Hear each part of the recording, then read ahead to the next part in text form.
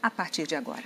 Candidato Jair Bolsonaro, bem-vindo mais uma vez. Nós vamos começar a entrevista falando sobre o velho e o novo na política. O senhor está no seu 7º mandato, são 27 anos. Por que é que o senhor se apresenta como o novo, contra tudo que está aí, se o senhor e a sua família, como tantas outras famílias de políticos, fizeram da política uma profissão, vamos dizer assim? O senhor vive da política e vive para a política, como outras famílias fizeram o mesmo, e o senhor as critica muito duramente. Geralmente, quando se fala em família na política, são famílias enroladas em atos de corrupção. A minha família é limpa na política. Sempre integrei o baixo clero em Brasília.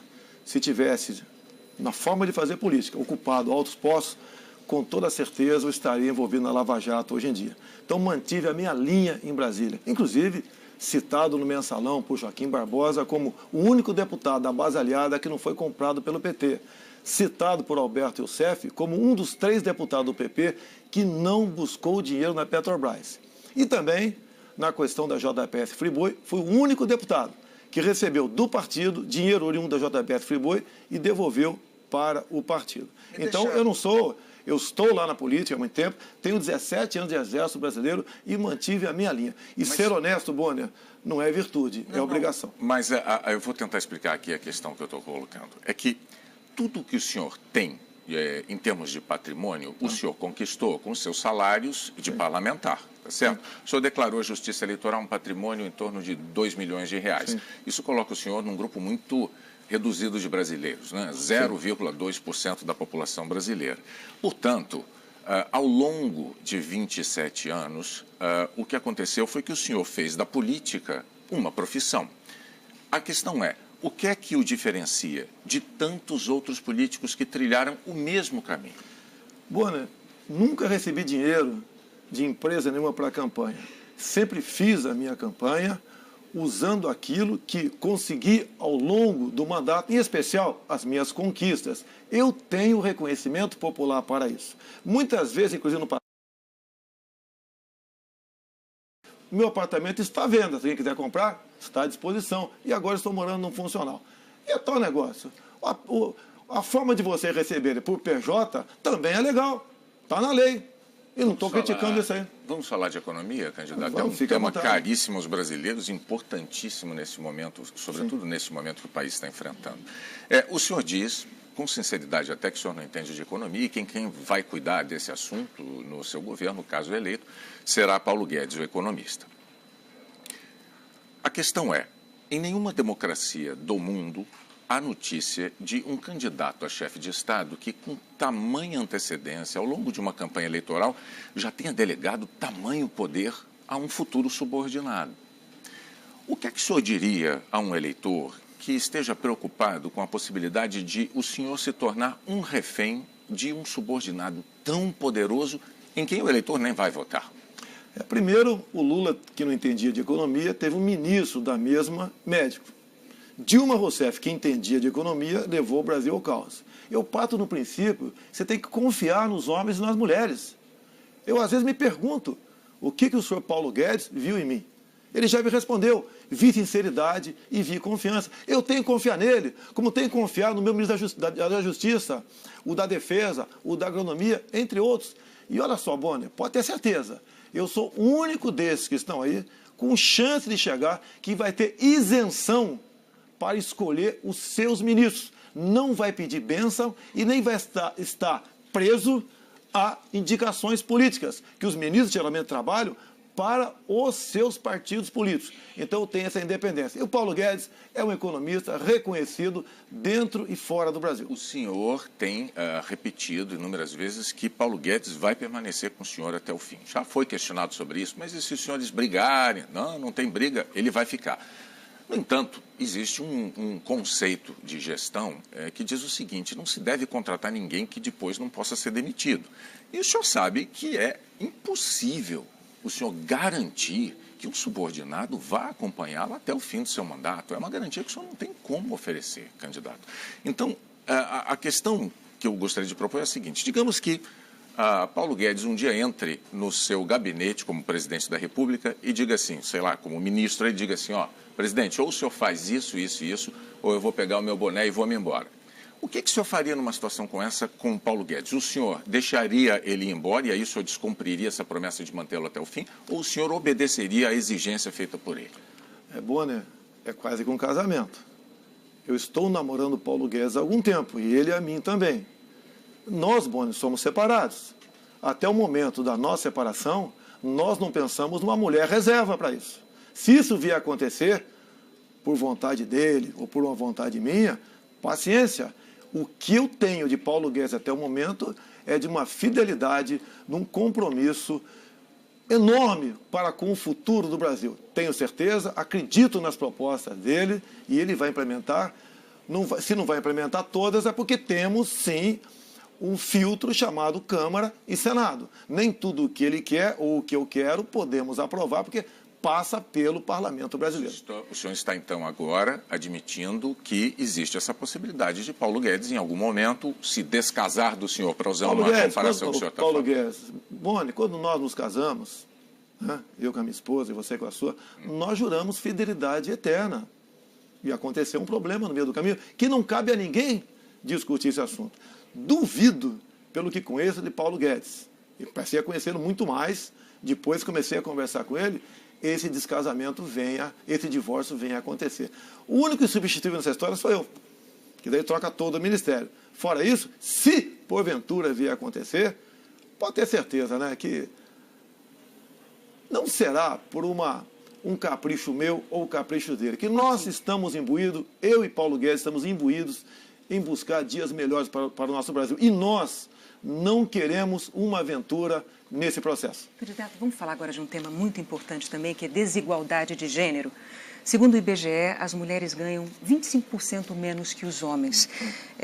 O senhor já disse que no serviço público já há garantia dessa igualdade salarial e no setor, na iniciativa privada, vale o que o empregador, o livre-arbítrio do empregador. O senhor já disse que um presidente da República, na sua opinião, não pode fazer nada a respeito para mudar esse quadro. O fato é que o senhor afirmou que, se fosse empregador, não empregaria mulheres com os mesmos salários dos homens. Ou seja, o senhor se solidariza pessoalmente com os empregadores que compartilham dessa desigualdade salarial.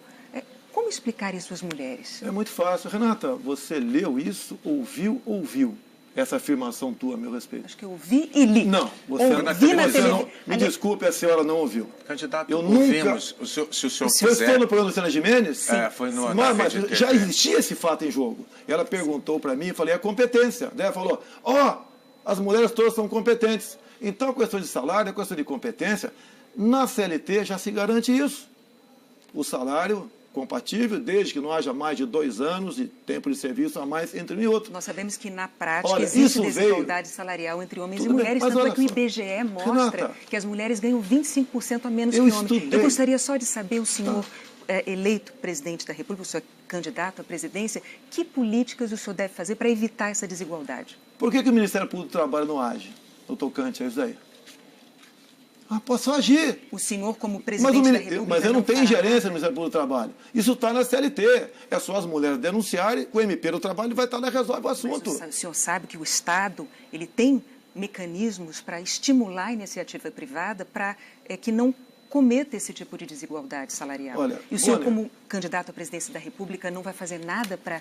Ou melhor, como presidente da República, o senhor não fará nada para evitar... Mas é lógico que te faria, mas estou falando que o Ministério Público do Trabalho pode ser questionado. Eu estou vendo aqui uma senhora e um senhor, eu não sei o certo, mas com toda certeza há uma diferença salarial aqui. Parece que é muito maior para ele do que para a senhora. São cargos semelhantes, são iguais. Candidato, deixa eu então, só, desculpe, até eu vou interromper vocês dois. Assim, eu poderia até como cidadã e como qualquer cidadão brasileiro, fazer questionamentos sobre os seus proventos, porque o senhor é um funcionário público, deputado há 27 anos, e eu, como contribuinte, ajudo a pagar o seu salário. O meu salário não diz respeito a ninguém. E eu posso garantir ao senhor, como mulher, que eu jamais aceitaria receber um salário menor de um homem que exercesse as mesmas funções e atribuições que eu. Mas agora eu vou devolver a palavra ao senhor, para o senhor continuar o seu raciocínio. Pode ter certeza, né? Você vive em grande parte aqui de recursos da União. São bilhões que recebem o Sistema Globo de recursos da propaganda oficial do governo. São concessões. Mas vamos lá. Não pregue em mim essa pecha que eu defendo isso, porque se eu tivesse defendido um dia, teria um discurso meu na Câmara. Tá? Nunca teve um discurso, teria um projeto meu da Câmara nesse sentido. Não existe.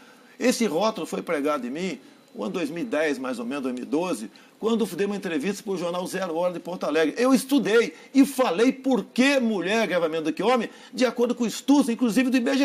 O senhor tem, então, algum projeto nesse sentido, se for eleito? Já está na CLT. A CLT já garante salário igual para as mesmas funções para uma mulher. Não tem que discutir. E se a lei não está sendo cumprida, né?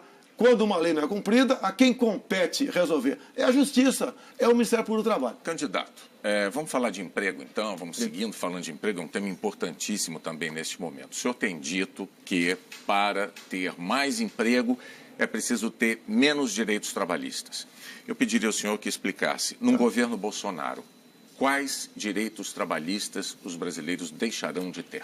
Faltou um pedacinho antes. Eu tenho falado em todas as reuniões que eu faço, há quase 4 anos, em palestras pelo Brasil, que a classe empregadora, são os comerciantes, são os industriais, os empresários, têm dito o seguinte, eles têm dito o seguinte, um dia o trabalhador vai ter que decidir, menos direito de emprego ou todos os direitos e desemprego. Por que isso? O custo do Brasil. O senhor verbaliza o que dizem os empregadores na condição de candidato à presidência. Eu tenho falado para eles, você tem que demonstrar isso. Mas quais são os direitos trabalhistas que o senhor, como presidente, tiraria? Esses direitos estão previstos no artigo 7º da Constituição, cláusulas pétreas. Nenhum pode ser tirado. Nenhum pode ser tirado. O que nós temos que fazer, aí parte para o Poder Executivo, nós temos que desonerar a folha de pagamento, nós temos que desburocratizar. Nós temos que desregulamentar muita coisa, evitar que para se abrir uma empresa leve em média aí 100 dias no Brasil. E isso nós temos que fazer para ajudar ter emprego no Brasil. Porque, olha, Boni, você não consegue no Brasil... Eu estou tentando extrair do senhor uma informação objetiva com o seguinte propósito. Não seria mais correto, antes da eleição, o eleitor saber, o trabalhador saber, de que tipo de direito o senhor está disposto a tirar? Que tipo de direito o senhor está disposto a suprimir uma vez eleito? Para não ter uma surpresa depois. Desculpa, Boni, quem porventura tira direito não vai ser o chefe do Executivo, vai ser a Câmara e o Senado. Só vai propor ao Congresso? Só se você tiver uma nova Assembleia Nacional Constituinte.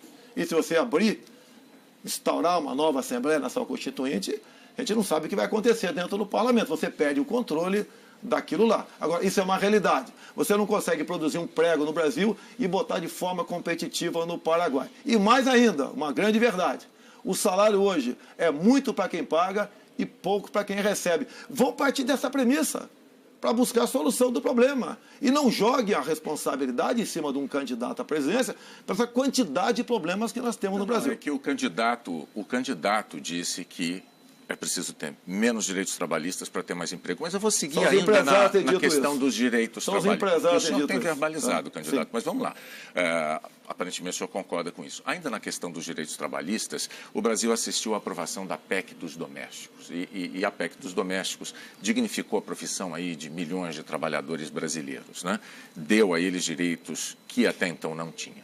No entanto, o senhor votou contrariamente à PEC dos domésticos. Eu lhe pergunto, por que é que o senhor considera que esses milhões de cidadãos trabalhadores brasileiros não teriam direito não mereceriam esses direitos conquistados? Não é o senhor que votou contra, eu fui o único a votar contra, em 2 turnos, então não houve erro da minha parte. Foi para proteger. O que eu defendia são os meus direitos, mas de forma gradativa. Levou milhares, milhões de senhoras e alguns homens que exerciam o trabalho doméstico para ser o quê? Diaristas. E como diaristas não estão, sequer grande parte deles, recolhendo para a sua previdência. Então tem que ser devagar. Muita gente teve que demitir porque não teria como pagar. Muitas mulheres perderam o emprego exatamente pelo excesso desses direitos. Essa foi a minha intenção. Bom, os números recentes do IBGE a respeito disso não atestam com tamanha clareza o que o senhor está dizendo, candidato. Mas, para a gente também não ficar só num assunto, diria o seguinte, o eleitor deve entender, então, que para o senhor não tem saída. Ou não tem direito ou não tem Emprego. Porque então a gente aprovar todos os direitos trabalhistas para os militares das Forças Armadas. Você seria favorável? Eu sei que o entrevistado está sendo eu. Vamos aprovar todos os direitos trabalhistas para os militares das Forças Armadas e Forças Auxiliares? Não foi a questão que eu coloquei, não, candidato. Mas eu falei de empregados domésticos não, e o senhor votou contra. O senhor disse votei, que foi o único a votar contrariamente. Votei pretendendo defender e sabendo que ia ser o único votando contra. Então eu não me joguei no covil dos leões. A imprensa não bateu em mim na época. Houve sim demissão, Bonner. Houve. Muita gente que chegava, dormia no trabalho, passou a não dormir mais. Muita gente chegava cedo, até fazia um café para os patrões ali, não chego mais para não contar aquele tempo de serviço. Perderam o café da manhã e perderam o pernoite. Eu vou pedir, então, licença para a gente ir para agora. Esses são direitos, inclusive, que o senhor se referiu. Mas vamos partir para um outro tema importante, que é a homofobia. Tá. A cada 19 horas, um gay, lésbica ou trans é assassinado ou se suicida por causa de homofobia no Brasil. O senhor já disse que não é homofóbico, mas o senhor também já declarou que vizinho gay desvaloriza imóvel. O senhor já disse que prefere que um filho morra a ser gay. O senhor já, inclusive, relacionou pedofilia com homossexualismo. Candidato, essas declarações não são homofóbicas? Esse termo, inclusive, homossexualismo foi o senhor que usou, porque vamos falar. Em geral, a palavra correta para se usar seria ter homossexualidade. Renata foi literal na transcrição do que o senhor disse. Olha só, isso começou a acontecer em novembro de 2010 comigo. Até aquele momento eu era uma pessoa normal, como você. É normal por aí, no tocante a isso. E eu, passando nos corredores da Câmara, vi algo acontecendo de forma esquisita. Um grupo que não é normal você ir na praia e encontrar gente de paletó e gravata. Ou num fórum, gente com short de banho. E estava um pessoal vestido a caráter. E perguntei sim para um segurança lá, vai haver alguma parada do orgulho gay na Câmara? E tomei conhecimento do que estava acontecendo lá. Eles tinham acabado o 9º seminário LGBT infantil. Repito, 9º seminário LGBT infantil. E estavam discutindo ali, né, comemorando o lançamento de um material para combater a homofobia, que passou a ser conhecido como kit gay. Entre esse material, Bonner, estava esse livro lá, Bonner. Então, pai que tenha filho na sala agora, retira o filho da sala, para ele não ver isso aqui. Se bem que na biblioteca das escolas públicas tem. Olha só, não vou mostrar se as crianças não podem. Não, mas é um livro escolar, é para criança. É um livro para criança. Os pais não sabem que isso é na biblioteca. Nós temos uma regra, candidato, que eu estou relembrando com os seus assessores. Os candidatos não mostram documentos, eles não mostram papéis. Não, mas está aqui um livro, uma prova. Eu pediria ao senhor... Isso daqui... Não é, candidato, posso lhe dizer... Vou tirar o livro aqui. Não é respeitoso. Só pode deixar o livro comigo. Não, pode deixar, não vou mostrar mais não. Então, olha só, eu vou mostrar numa live, depois do programa, o livro, sem problema nenhum. Se bem que fiz esse livro com a minha filha até o momento de... Antes do livro entrar em questão. Tirei minha filha e fiz uma live não. Fiz uma matéria no Facebook, deu 40 milhões de acessos em 15 dias. Mas, então, olha só, essas suas declarações aqui eu me refiro. Olha só. Eu estava defendendo as crianças em sala de aula. Quando o senhor se referiu a